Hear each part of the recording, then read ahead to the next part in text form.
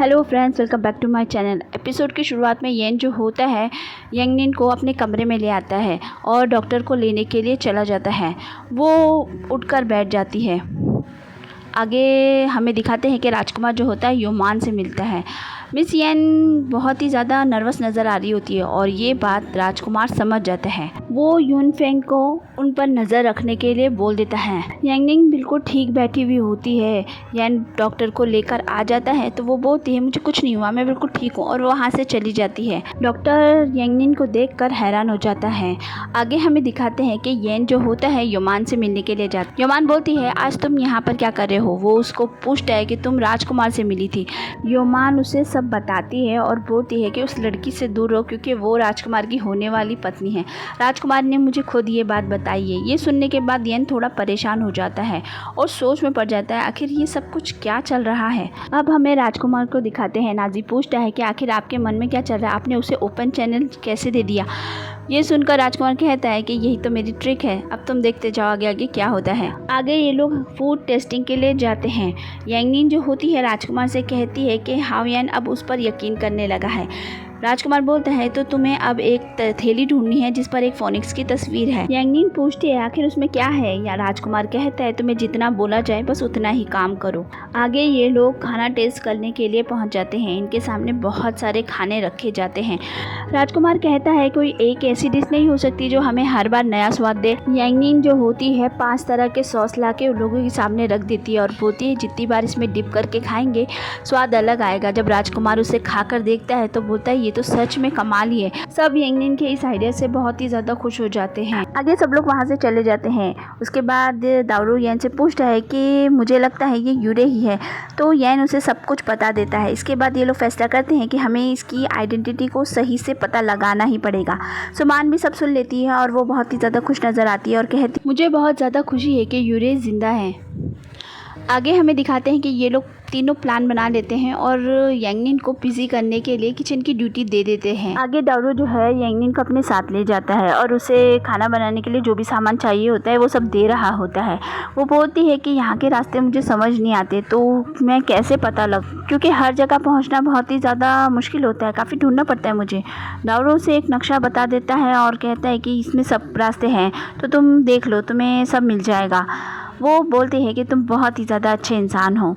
आगे हमें दिखाते हैं वो किचन में काम कर रही होती है। येन जो होता है जिंजू से कहता है कि इस पर नज़र बनाए रखना।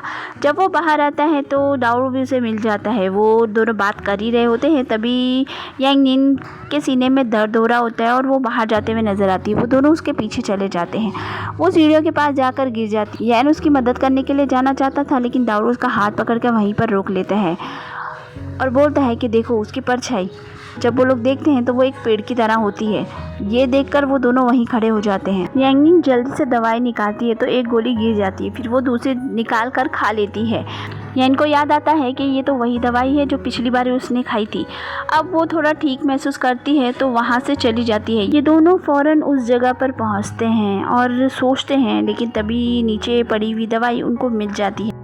येन दारू उस गोली को लेकर डॉक्टर के पास आ जाते हैं। डॉक्टर उसे चेक करने के बाद बताता है कि ये तो विटामिन की गोलियां हैं, इससे सेहत अच्छी रहती है।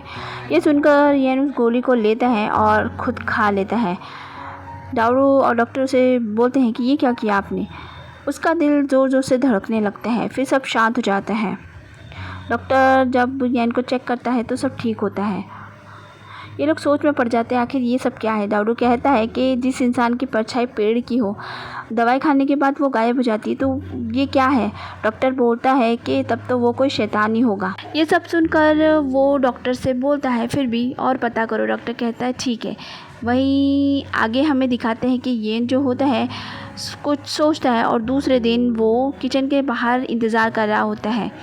जब यांगनिन बाहर आती है तो वो यांगनिन को अपने साथ चलने के लिए कहता है। वो दोनों बग्गी में होते हैं। यांगनिन जो है फिर से उसे बेवकूफ़ बनाने के लिए कहती है कि मुझे लगता है कि मेरी याददाश्त धीरे धीरे लौट आए तो बहुत अच्छा होगा। लेकिन यांगनिन जो होती है वो बोलती है कि मेरी याददाश्त वापस आ जाए इसके लिए मुझे लगता है उस कमरे में जाना ज़रूरी है। येन बोलता है क्या तुम मेरे कमरे में आना चाहती हो।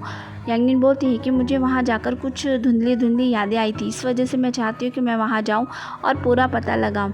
येन मान जाता है लेकिन तभी गाड़ी का बैलेंस डगमगाता है और वो उसके काफ़ी करीब आ जाती है। यैन उसे बहुत इमोशनल तरीके से कहता है कि मैं दुनिया में सिर्फ़ एक ही को चाहता हूँ और वो है मेरी बीवी।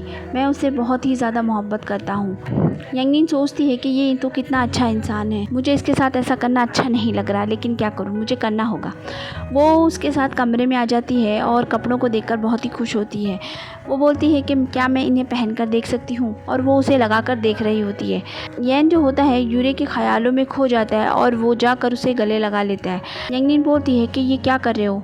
यैन बोलता है कि बस थोड़ी देर के लिए मैं तुम्हें इसी तरह गले लगाना चाहता हूँ। यैन जो होता है यंगनिन को गले लगाया हुआ होता है, तभी वो उसे किस करने की कोशिश करता है। वो उसे दूर कर देती है। यैन बोलता है कि मुझे माफ़ कर दो, मैं कुछ ज़्यादा ही खुश हो गया था। अब वो यैन को बाहर जाने के लिए कहती है ताकि वो तैयार हो सके। यंगनिन जो होती है कमरे की तलाशी लेने लग जाती है। तभी जेवरों के डब्बे में उसे वो टूटी हुई पिन मिलती है, जिसे वो बांधकर ठीक कर देती है। यैन जब आता है तो यंगनिन को देखता ही रह जाता है। यंगनिन जो होती है बिल्कुल यूरे की तरह लग रही होती है।